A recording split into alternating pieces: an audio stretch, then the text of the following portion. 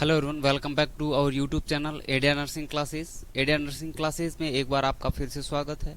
मैं रेडमल गोदारा आज आपको पढ़ाने वाला हूं ब्लड ट्रांसफ्यूजन के प्रोटोकॉल एंड एडवर्स रिएक्शन के बारे में। यदि आप एडिया नर्सिंग क्लासेस के चैनल पर पहली बार विजिट कर रहे हैं या इस वीडियो के माध्यम से या यूट्यूब चैनल के माध्यम से इस वीडियो को पहली बार देख रहे हैं तो एडिया नर्सिंग क्लासेस के चैनल को सपोर्ट जरूर करिएगा। तो आज अपन पढ़ेंगे ब्लड ट्रांसफ्यूजन के प्रोटोकॉल के बारे में और एडवर्स रिएक्शन के बारे में। तो चलो अपन बिना किसी देरी के इस टॉपिक को स्टार्ट करते हैं। सबसे पहले देखते हैं ब्लड ट्रांसफ्यूजन के बेसिक कॉन्सेप्ट के बारे में। जो ब्लड ट्रांसफ्यूजन है वो किसे कहते हैं? जो एडमिनिस्ट्रेशन ऑफ ब्लड और blood component to a patient को ब्लड या ब्लड के कंपोनेंट चढ़ाना या एडमिनिस्ट्रेशन करना क्या कहलाता है? ब्लड ट्रांसफ्यूजन कहलाता है। आपके मेन गोल क्या रहते हैं? Restore oxygen carrying capacity and blood volume specific component. Blood transfusion के मेन गोल क्या होते हैं? पेशेंट को रिस्टोर करना ऑक्सीजन कैरिंग कैपेसिटी को, और ब्लड वॉल्यूम को इंक्रीज करना या किसी स्पेसिफिक ब्लड कंपोनेंट को मेंटेन करना। और सेफ ट्रांसफ्यूजन किसे कहते हैं? ब्लड सेफ ट्रांसफ्यूजन किसे कहते हैं? जिसमें करेक्ट पेशेंट हो, क्या हो? करेक्ट पेशेंट हो और करेक्ट ब्लड कंपोनेंट या ब्लड हो, और क्या है? क्लोज मॉनिटरिंग हो, उसे क्या कहते हैं? सेफ ट्रांसफ्यूजन कहते हैं। क्या कहते हैं? सेफ ट्रांसफ्यूजन कहते हैं। अब देखें इंडिकेशन, ब्लड ट्रांसफ्यूजन के इंडिकेशन क्या हो सकते हैं? क्या हो सकते हैं? या तो पेशेंट के ब्लड लॉस हुआ होगा, वह हेमरेज हो सकता है, ठीक है, या सिम्टोमेटिक एनीमिया होगा। क्या होगा? सिम्टोमेटिक एनीमिया होगा, या क्या है? थ्रोम्बोसाइटोपिनिया हो सकता है, या फिर आपका कोगुलेशन फैक्टर डेफिशिएंसी हो सकती है। ऐसी कंडीशन हो तो पेशेंट को बीटी ट्रांसफ्यूजन की रिक्वायरमेंट रहती है। क्या है? बीटी ट्रांसफ्यूजन की रिक्वायरमेंट रहती है। ब्लड कंपोनेंट्स, अब देखते हैं ब्लड कंपोनेंट्स क्या होते हैं। सबसे पहले होता है आपका पीआरसीबी, पैक्ड रेड ब्लड सेल। ये क्या करती है? आपकी इंक्रीज करती है ऑक्सीजन कैरिंग कैपेसिटी को। क्या करती है? ऑक्सीजन कैरिंग कैपेसिटी को इंक्रीज करती है। देन आता है एफएफपी। क्या आता है? एफएफपी। जो एफएफपी है वो क्या करता है? सप्लाई मल्टीपल कोगुलेशन फैक्टर को मेंटेन करता है। देन आता है प्लेटलेट। ये क्या करता है? ब्लड में प्लेटलेट को इंक्रीज करता है और प्लेटलेट के फंक्शन को मेंटेन करता है। और देन है क्रायोप्रिसिपिटेट। इसमें क्या है? रिच फिब्रिनोजर एंड सेलेक्टेड फैक्टर होते हैं। ठीक है, तो क्या है? 4 कंपोनेंट होते हैं। टोटल कितने होते हैं? 4 कंपोनेंट होते हैं। ठीक है, या तो वोल ब्लड चढ़ाया जाता है, या आपको पीआरसीबी चढ़ाई जाती है, या एफएफपी चढ़ाई जाती है, या प्लेटलेट चढ़ाई जाती है, या फिर आपको क्रायो प्रिसिपिटेट कंटेंट चढ़ाया जाता है। ठीक है, ये होते हैं ब्लड कंपोनेंट। अब नेक्स्ट देखते हैं अपन, यदि आप कंपोनेंट चढ़ा रहे हो तो उसमें क्या है? आप एपीओ कंपैटिबिलिटी इज एसेंशियल। आप ब्लड लगाने से पहले पेशेंट का ग्रुपिंग प्रॉपर करोगे कि पेशेंट को कौन सा ब्लड लगेगा। ठीक है, और आरएचडी स्टेटस, जो आरएचडी स्टेटस है वो भी देखोगे।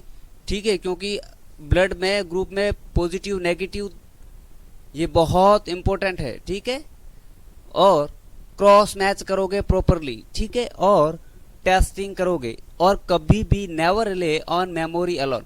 ऐसा कभी नहीं करोगे कि आपको ग्रुप याद है, इस पेशेंट को इस ग्रुप का ब्लड लगना है, तो आप ऐसे नहीं करोगे कि ठीक है इसका ये ग्रुप का ब्लड मंगा लो, लगा दो। नहीं, उसके सैंपल के साथ क्रॉस मैच करना उस ब्लड को।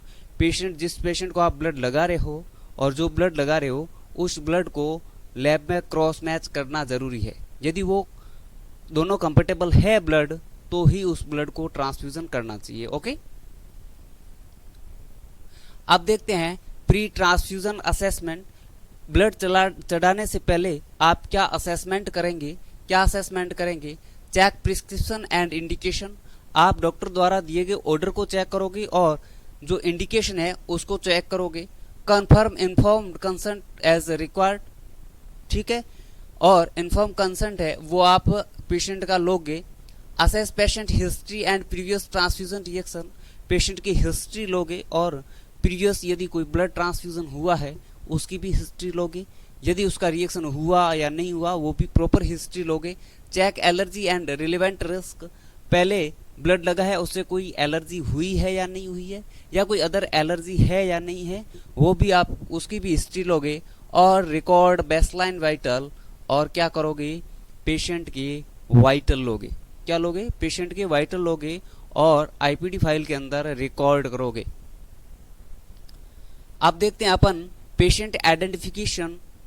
ठीक है, इसमें क्या है, क्रिटिकल स्टेप है, use appropriate patient identifier, proper patient का आइडेंटिफिकेशन करोगे। और match patient identify with order and document, आपकी आईपीडी और जो डॉक्टर ऑर्डर है उससे और पेशेंट को टोटली क्रॉस मैच करोगे प्रॉपर। ठीक है, और match blood component label with patient detail, और जो ब्लड बैग का लेबल है उससे और पेशेंट के लेबल के दोनों को क्रॉस मैच करोगे। ठीक है, उसमें कुछ भी यदि मिसमैच पाया जाता है, यदि कुछ भी मिसमैच पाया जाता है तो डू नॉट स्टार्ट ट्रांसफ्यूजन, कभी भी उस ब्लड को नहीं चढ़ाओगे जब तक वो आपका मिस्टेक रिजॉल्व नहीं हो जाए।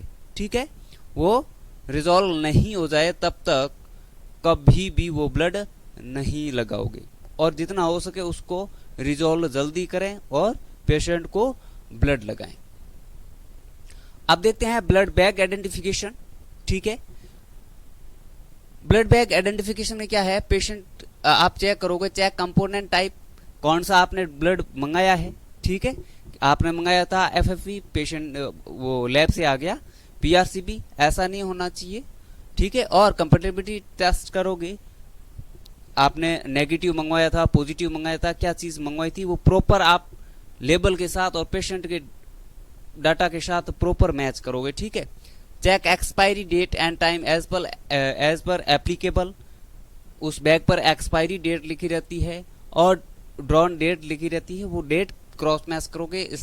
Inspect bag leak, clot, discoloration and abnormal appearance, check करोगे कि उस बैग का अपीयरेंस तो ठीक है, कहीं से लीक तो नहीं है, अंदर से ब्लड क्लोट तो नहीं है, ये भी प्रॉपर चेक करोगे।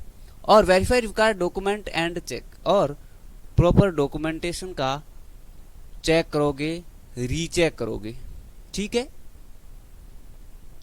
अब देखते हैं ट्रांसफ्यूजन इक्विपमेंट, आपने चेक कर लिया। अब आपको ट्रांसफ्यूजन के लिए क्या चाहिए, ट्रांसफ्यूजन के लिए सबसे इंपॉर्टेंट है ब्लड, और ब्लड के साथ आईवी सेट विथ फिल्टर। क्या है, आईवी सेट विथ फिल्टर। जो आईवी सेट होता है उसको बीटी आईवी सेट कहते हैं, ब्लड ट्रांसफ्यूजन आईवी सेट। ठीक है, तो उसमें क्या है, एक प्रॉपर फिल्टर लगा रहता है ताकि उसमें यदि कोई माइनर क्लोट है वो पेशेंट के बॉडी के अंदर नहीं जाए। आपको कभी भी विदाउट फिल्टर आईवी सेट या नॉर्मल जो आईवी सेट है वो यूज नहीं लेना है। कई बार ऐसा होता है कि ब्लड बैग के साथ आईवी सेट नहीं आता, तो आप नॉर्मल आईवी सेट ना घुसा के बीटी आईवी सेट ही लगाएं। ओके, और आईवी जो लाइन है वो आपको प्रॉपरली एज हॉस्पिटल प्रोटोकॉल के अनुसार ही लेनी है। और हमेशा याद रखें, ब्लड के लिए आपको 18 नंबर गोज का ही कैनुला यूज लेना है, जो कि क्या है, ग्रीन कलर का होता है। कैसा होता है दोस्तों, ग्रीन कलर का। ठीक है, वो ही कैनुला यूज लेना है ताकि अप्रोप्रिएट टाइम में वो ब्लड उस बॉडी के अंदर जा सके। और कभी भी उस लाइन में नॉर्मल सेलाइन के अलावा उसमें कुछ भी नहीं डालना है। ठीक है, नॉर्मल सेलाइन के अलावा उसमें कुछ भी नहीं डालना है। ऐसा नहीं है कि उसी कैनुला से आप मेडिसिन दे रहे हैं उसी से बीटी जा रहा है, नहीं, उसमें हमेशा 0.9% एनएस ही पुश कर सकते हैं। यदि ब्लड रुक गया है तो भी 0.9% एनएस पुश करें, यदि आप फ्लश कर रहे हैं तो भी आपको 0.9% एनएस ही यूज लेना है। ठीक है, और don't medication directly to the blood line, मतलब जब भी आप उस कैनुला में बीटी लगा रहे हैं तब तक उस लाइन में कभी भी दूसरा सबस्टेंस कुछ भी नहीं डालेंगे, मेडिसिन, आईवी ड्रिप, कुछ भी नहीं। ओनली फॉर आपको ये एनएस के अलावा कुछ भी नहीं डालना है। विशेषकर ध्यान रखें, यहां से एग्जाम में क्वेश्चन जरूर आते हैं। अब देखते हैं स्टार्ट द ट्रांसफ्यूजन। अब स्टार्ट कर रहे हैं आपने बैग का क्रॉस मैच कर दिया, आइडेंटिफिकेशन प्रॉपर कर लिया, आपने इक्विपमेंट तैयार कर लिए। अब स्टार्ट कर रहे हैं तो क्या कर रहे हैं, सबसे पहले आप पेशेंट को एक्सप्लेन करें प्रोसीजर के बारे में और सिम्टम समझाएं कि हम आपके ब्लड लगा रहे हैं। आपको यदि चिल्स, फीवर या ऐसा कोई सिम्टम महसूस हो वो हमें तुरंत बताएं। ब्लड लगाने के बाद यदि आपको कुछ भी फील होता है, चाहे सर्दी लगना, चाहे फीवर आना, चाहे कंपकंपी होना, चाहे रेश होना, दाने होना, चकते होना रेड कलर के बॉडी पर या खुजली होना, तो तुरंत नर्स को इन्फॉर्म करना है। ठीक है, ये समझाना है।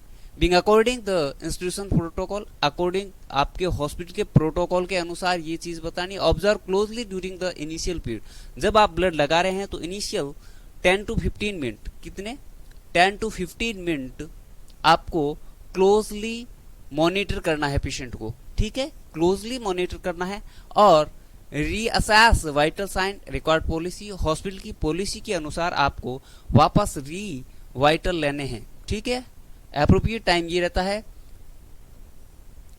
10 to 15 मिनट के अंदर आपको रीचेक करना है उस पेशेंट के वाइटल। ऐसा तो नहीं है कि ब्लड लगाने के बाद वो हाइपोटेंशन में चला गया या हाइपरटेंशन में चला गया या उसको टैकीकार्डिया हो गया। ये आप वाइटल लोगे तब पता चलेगा, टेम्परेचर तो अधिक नहीं बढ़ा है। ठीक है, और never leave a patient with suspected reaction unattended, कभी भी ऐसे पेशेंट को अकेला ना छोड़ें। और इनिशियल पीरियड में तो किसी भी पेशेंट को आपको छोड़ के नहीं जाना है। एटलीस्ट 10 to 20 मिनट तक उस पेशेंट को क्लोजली ऑब्जर्व करना है जिस पेशेंट की आप बीटी लगा रहे हैं। ठीक है, और कभी भी पेशेंट को अकेला नहीं छोड़ना है। ऐसा नहीं है कि पेशेंट की बीटी चल रहा है, उसके साथ कोई अटेंडेंट नहीं है और हो सकता है उस पेशेंट की रिएक्शन हो या नहीं हो, फिर भी आपको उस पेशेंट को अकेला नहीं छोड़ना है। ठीक है, अब देखते हैं मॉनिटरिंग ड्यूरिंग ट्रांसफ्यूजन। आप पेशेंट को कैसे मॉनिटर करेंगे ब्लड चलते वक्त? क्या है, watch for fever, chills, rash, itching. आपको ध्यान रखना है पेशेंट को फीवर नहीं आए, चिल्स नहीं हो, रैश नहीं हो, इचिंग हो। यदि ये कंडीशन हो तो आपको ब्लड स्टॉप करना है। एसएस, डिस्पनिया, चेस्ट या back pain, anxiety and hypotension, ये भी देखना है आपको। और monitor vital sign at require intervals, जो आपको डॉक्टर के ऑर्डर के अनुसार बताया गया उस अनुसार आप प्रॉपर पेशेंट के वाइटल साइन लोगे। और document component time, rate and patient response, totally जो भी आप काम कर रहे हैं उनका प्रॉपरली डॉक्यूमेंटेशन करेंगे। आपने प्री बीटी जो आपकी वाइटल साइन लिए वो भी मेंशन करेंगे और बीटी लगाते समय आपने वाइटल लिए वो भी, और रीअसेस किया 10 to 20 मिनट के अंदर वो भी आप लिखेंगे। ठीक है, और पेशेंट को यदि कोई कंप्लेन करता है कि मेरे को चिल्स हो रही है, इचिंग हो रही है, वो भी आप नोट करेंगे। ठीक है, और देन है अपना एडवर्स ट्रांसफ्यूजन रिएक्शन। क्या है, जो आपने ब्लड लगाया उसमें ट्रांसफ्यूजन रिएक्शन क्या हो सकती है? तो दो प्रकार की होती है, एक्यूट एंड डिलेड। क्या होती है? दो प्रकार की होती है, एक्यूट एंड डिलेड। एक्यूट होती है वो ड्यूरिंग ट्रांसफ्यूजन और सून आफ्टर, जब आप ब्लड लगा रहे हैं या ब्लड पूरा हो गया तुरंत वो रिएक्शन हो जाएगी, वो आएगी आपके एक्यूट। और डिलेड होगी वो क्या है, एक वीक के अंदर, एक दिन से लेके एक वीक, 24 आवर से लेके एक वीक तक, विद इन 1 वीक आपकी बॉडी में रिएक्शन हो रहा है आफ्टर बीटी, तो वो आ गई आपके डिलेड रिएक्शन। ठीक है, और इंपॉर्टेंट सिम्टम क्या हो सकता है? फीवर हो सकता है, चिल्स हो सकता है, रेसेस हो सकते हैं, और डिस्पनिया हो सकता है, या हाइपोटेंशन हो सकता है, या पेन हो सकता है, या डार्क यूरिन हो सकता है। ठीक है, if any suspected serious reaction need time immediate assess and action. यदि ऐसा कोई चीज लगे आपको तो तुरंत आपको ब्लड रोक देना है और अपने कंसल्टेंट, उस पेशेंट की कंसल्टेंट को तुरंत इन्फॉर्म करना है और इमीडिएट एक्शन लेना है। ठीक है, ब्लड स्टॉप करके आपको नॉर्मल सेलाइन स्टार्ट कर देना है। ओके, और अब देखते हैं फेब्राइल नॉन हेमोलाइटिक रिएक्शन। इसमें क्या है, आपको फीवर या चिल्स आर टिपिकली फीचर्स, इसमें फीवर या चिल्स हो सकते हैं, बट ये क्या है, बीटी से रिएक्शन नहीं है। May be occur due to recipient response to donor leukocytes या cytokinetic. Rule out other serious cause of fever and follow transfusion reaction protocol and notify appropriate team। इसमें क्या है, आपको ये ब्लड से रिएक्शन नहीं हुआ है, ब्लड से रिएक्शन नहीं है, पर पेशेंट को यदि ऐसी चीज हो तो उस कंप्लेन का रोल आउट करना है कि वो फीवर या चिल्स किस वजह से हुई, और अपनी जो हॉस्पिटल की पॉलिसी है उस प्रोटोकॉल को फॉलो करना है, उस टीम को इन्फॉर्म करना है, डॉक्टर को इन्फॉर्म करना है और रोल आउट करना है कि एक्चुअली ये ब्लड से हुआ है या ब्लड से नहीं हुआ। ठीक है, और अब देखते हैं एक्यूट हेमोलाइटिक ट्रांसफ्यूजन रिएक्शन। इसमें क्या होता है, ये often associated with ABO incomplete blood. सबसे ज्यादा होता है कि आपने गलत ब्लड चढ़ा दिया। और पॉसिबल साइन क्या हो सकते हैं, फीवर, चिल्स, बैक या फ्लैंक पेन हो सकता है, चेस्ट डिस्कम्फर्ट हो सकता है, या हाइपोटेंशन भी हो सकता है, या हीमोग्लोबिन यूरिया भी हो सकता है, और डार्क यूरिन भी डार्क यूरिन भी आ सकता है यदि एक्यूट हेमोलाइटिक रिएक्शन हुई है तो। ठीक है, और this is a medical emergency. ऐसी कंडीशन होती है तो ये एक मेडिकल इमरजेंसी है। इनमें क्या है, आपको तुरंत एक्शन लेना चाहिए। ठीक है, देन आता है आपका allergic and anaphylactic reaction. Allergic reaction इसमें क्या होगा, आपका एलर्जिक रिएक्शन होगा, इसमें इचिंग, यूरिटिक्रिया या फ्लशिंग में भी ओकर हो सकता है। और एनाफाइलेक्सिस होता है, इसमें क्या रेस्पिरेटरी डिस्ट्रेस हो सकता है और हाइपोटेंशन हो सकता है, और सीवियर सिस्टेमेटिक सिम्टम आपको देखने को मिल सकते हैं। किडनी भी फेल हो सकती है। इसमें क्या आपको ब्लड स्टॉप कर देना है और इमीडिएट इमरजेंसी मैनेजमेंट करना है। ओके, और इसमें हमेशा ध्यान रखें, ऐसी कंडीशन में आपको सबसे पहले किसको प्रायोरिटी देनी है, सबसे पहले स्टॉप बीटी। ठीक है, स्टॉप बीटी। देन क्या करना है, ए बी सी, इनको प्रायोरिटी देनी है। ठीक है, इनको क्या है, प्रायोरिटी देनी है। इनको क्या देनी है, प्रायोरिटी। ए मतलब एयरवे का मेंटेन करेंगे, बी मतलब ब्रीथिंग को, और सी मतलब सर्कुलेशन। एयरवे, ब्रीथिंग, सर्कुलेशन, इस पैटर्न को आपको फॉलो करना है। ठीक है, अब देखते हैं ट्राली एंड टैको। ट्रेली मतलब क्या है, transfusion related associate lungs injury. ठीक है, इसकी फुल फॉर्म क्या है, transfusion related acute, sorry associate नहीं, acute transfusion related acute lungs injury.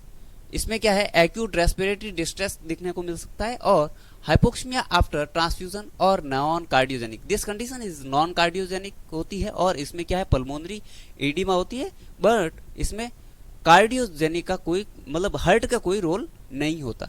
But taco है, इसमें क्या है, ट्रांसफ्यूजन एसोसिएट कार्डियोजेनिक ओवरलोड या कार्डियक ओवरलोड।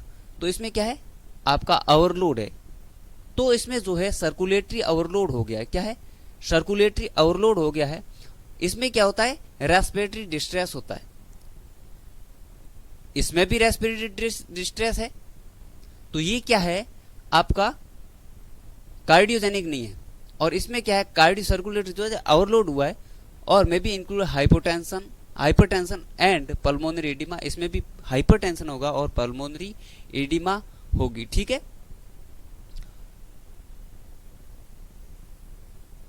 हमेशा इसमें क्या है, difference by clinical assessment and patient risk factor. इन दोनों को देख के आप इनको डिटरमाइन करेंगे कि कौन सा किस चीज से हुआ, ओवरलोड से हुआ है या फिर आपका लंग्स इंजरी हुई है। ठीक है, बहुत require urgent recognition and management. दोनों कंडीशन में आपको इमरजेंसी मैनेजमेंट करना मस्ट बी नेसेसरी है। ओके, अब देखते हैं डिलेड ट्रांसफ्यूजन रिएक्शन। देखते हैं डिलेड ट्रांसफ्यूजन रिएक्शन में क्या होती है, may be appear week and days to week, 24 hour से लेके 1 वीक। ठीक है, मैं यदि एलर्जी होती है पेशेंट को ब्लड चढ़ाने के बाद, तो वो आएगी डिलेड। ये पॉसिबल फाइंडिंग क्या हो सकती है, अनएक्सप्लेन्ड फॉल हो सकता है इन हीमोग्लोबिन। ठीक है, हीमोग्लोबिन डाउन हो सकता है, जॉइंडिस हो सकता है, फीवर हो सकता है, अदर हेमोलाइसिस सिम्टम आपको देखने को मिल सकता है, मे बी किडनी फेल भी हो सकती है। ठीक है, often return to antibody medicated haemolysis हो सकता है, और report and investigation according to transfusion service protocol या पॉलिसी। ठीक है, आपको हॉस्पिटल में अपने और हॉस्पिटल प्रोटोकॉल के अनुसार इसमें आपको मैनेजमेंट करना होता है, और ये भी एक इमरजेंसी कंडीशन है। और रोल आउट करना है, सबसे पहले रोल आउट करना है कि वो एक्चुअल रिएक्शन है ब्लड की वजह से हुई है या नहीं हुई है। ठीक है, अब देखते हैं यदि पेशेंट में आपको ब्लड लगा रहे हो और रिएक्शन का सांस है, या पेशेंट बोल रहा है कि मेरे को राइगर हो रहा है, या फिर चिल्स हो रही है, या फिर उसको फीवर आ रहा है, या फिर उसको ठंड लग रही है, जो भी है, तो आप सबसे पहले क्या करें कि स्टॉप द ट्रांसफ्यूजन। सबसे पहला कदम होगा स्टॉप द ट्रांसफ्यूजन, और then maintain IVSS with compatible normal saline. कौन सा सेलाइन? 0.9% एनएस। ठीक है, 0.9% एनएस के साथ आप उस आईवी लाइन को मेंटेन करेंगे और ब्लड स्टॉप कर देंगे। देन क्या करेंगे? एबीसी मॉनिटर करेंगे एंड वाइटल साइन मॉनिटर करेंगे। नोटिफाई फिजिशियन, आप अपने कंसल्टेंट को नोटिफाई करेंगे and recheck patient and blood product identification. Patient और पेशेंट का जो ब्लड है उसको वापस रीचेक करेंगे। ऐसा नहीं हो कि आपकी ही मिस्टेक रह गई हो कुछ। और फॉलो प्रोटोकॉल, ठीक है, अपने हॉस्पिटल के प्रोटोकॉल को फॉलो करोगे। Blood bank, tubing, sample, documentation, proper जो घटना हुई है उसका प्रॉपर डॉक्यूमेंटेशन करेंगे। ठीक है, अब देखते हैं सबसे इंपॉर्टेंट चीज है कि जो आपके पीआरसीबी है वो क्या है? ऑक्सीजन कैरिंग कैपेसिटी को बढ़ाती है। और जो एफएफपी है वो क्या है? कोगुलेशन फैक्टर को बढ़ाता है। और जो प्लेटलेट है वो क्या? प्लेटलेट सपोर्ट करता है और प्लेटलेट को बढ़ाता है। ट्रैली का मतलब क्या है? नॉन कार्डियोजेनिक पल्मोनरी इडिमा होती है इसमें। ठीक है, और टैको मतलब इसमें सर्कुलेटरी ओवरलोड होता है।